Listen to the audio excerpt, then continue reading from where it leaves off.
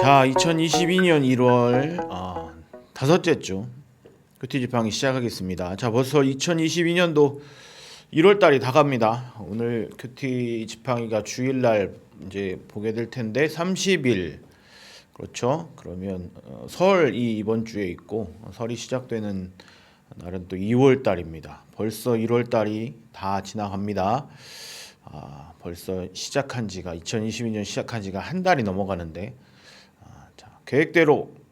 계획한 대로 모든 것을 잘 순서대로 진행해 나가는 우리 고등부 학생들 되길 소망합니다.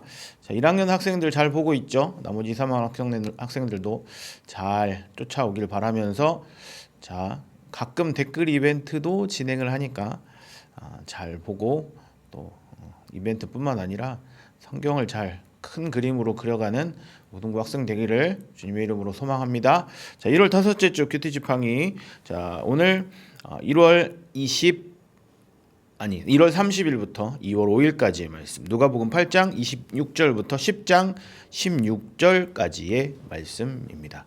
자, 우리 계속해서 누가복음 보고 있습니다. 자, 신약 성경에 들어오면 예수님의 사역 그리고 또 제자들 그리고 거기서 또 서포트하는 각각의 사건의 주인공들 나옵니다. 뭐 귀신 들린 사람, 죽었던 사람을 살리는 사건, 또 뭐 잔치의 주인, 여러 가지 인물들이 등장해서 재밌습니다. 잘 쫓아오면 어렵지 않습니다. 그리고 각각의 큰 그림으로 목사님은 이야기하지만 각각의 또 하루하루의 본문을 묵상하다 보면 재밌는 이야기들이 많이 있습니다. 잘 쫓아오고 또 궁금한 건 언제나 질문하면 좋겠습니다. 자, 누가복음의 전체적인 세 가지의 특징 기억납니까? 첫 번째 뭐죠? 예수님은 하나님의 아들로 신과 인간의 모습을 입고 이 땅에 오셨다. 신의 모습도 있고 인간의 모습을 입고 이 땅에 오셨다. 갑자기 첫 번째가 기억이 안 나서. 두 번째, 하나님의 섭리대로 예수님이 이 땅에서 세 가지의 사역을 감당하고 계시다. 세 가지의 사역 뭡니까? 가르치고 전도하고 치료하고. 가전치 잘 기억하면 좋겠어요. 세 번째 뭡니까? 즉 예수님을 믿는 사람으로서 우리는 어떻게 살아야 할 것인가를 예수님은 우리에게 알려주신다. 자, 그 누가복음의 세 가지 주제라고 말씀드렸습니다. 자, 계속해서 예수님 이걸 알려주고 계십니다.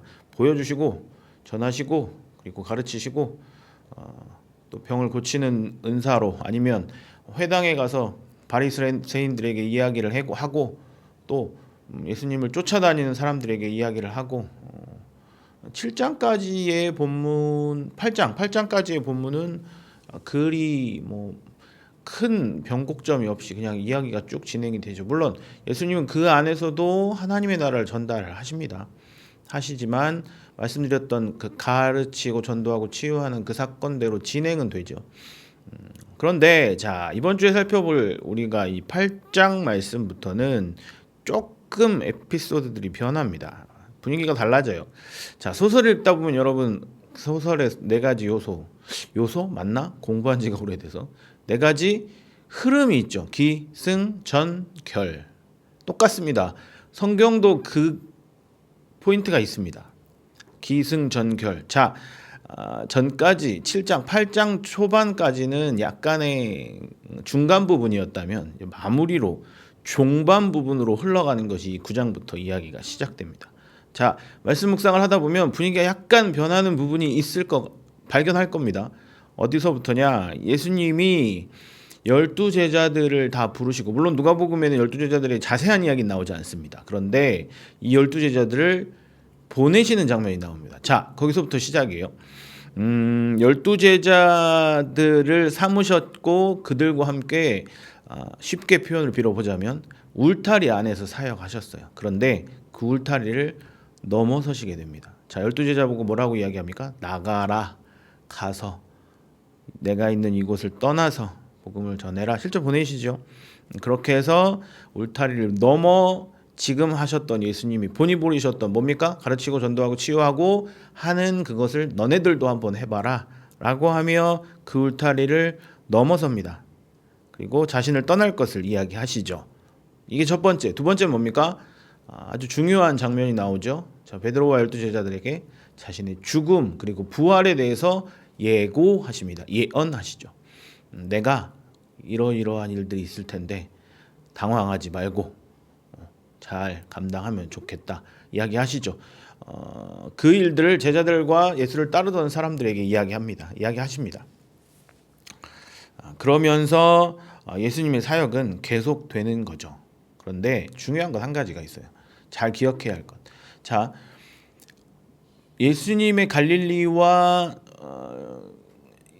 갈릴리 안에서의 사역은 그냥 사람들에게 호응을 얻는 사역이었어요. 물론 죽은 자도 살렸고 병도 고치고 귀신 들린 자를 쫓아내는 사역을 감당했지만 대부분의 사람들에게는 호응을 얻는 사역이었어요. 근데 지금 이 8장, 9장부터는 호응을 얻는 사역이 아니에요. 사람들에게 바리새인들에게 뿐만 아니라 실제로 예수를 죽이려고 마음먹는 계기를 제공합니다. 그리고 그것 때문에 사람들은 예수님을 진짜 잡아 십자가에 매달죠. 무슨 얘기냐면 울타리를 넘어서는 사역을 시작하시니 그 일에 반하는 사람들이 나오기 시작해요. 반대하는 사람들이 나오기 시작하는 거죠. 그게 잡히신 이유입니다. 그럼에도 불구하고 예수님의 사역은 계속 진행되고 내가 결국은 죽게 될 것이다. 그러면서 죽음으로 끝나는 것이 아니라 내가 결국은 부활할 것이다. 까지도 예수님은 이야기하고 계신 겁니다.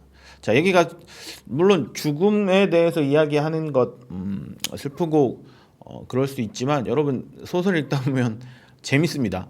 누가복음 이 종반으로 갈수록 약간 흥미진진합니다. 잘 읽어보시고 각각의 의미를 물론 자세하게 설명하면 좋겠지만 이것으로 다 이야기할 수는 없으니까 살펴보시고 그 안에 있는 예수님의 마음, 예수님의 일들을 잘 기억해서 이번 한 주도 우리가 하나님의 말씀을 잘 기억하고 또 예수님이 어떻게 이스라엘 백성들과 이방인들에게 섬김이 되시고 사랑이 되셨는지 우리가 잘 찾아보는 한 주 되길 주님의 이름으로 간절히 소망합니다.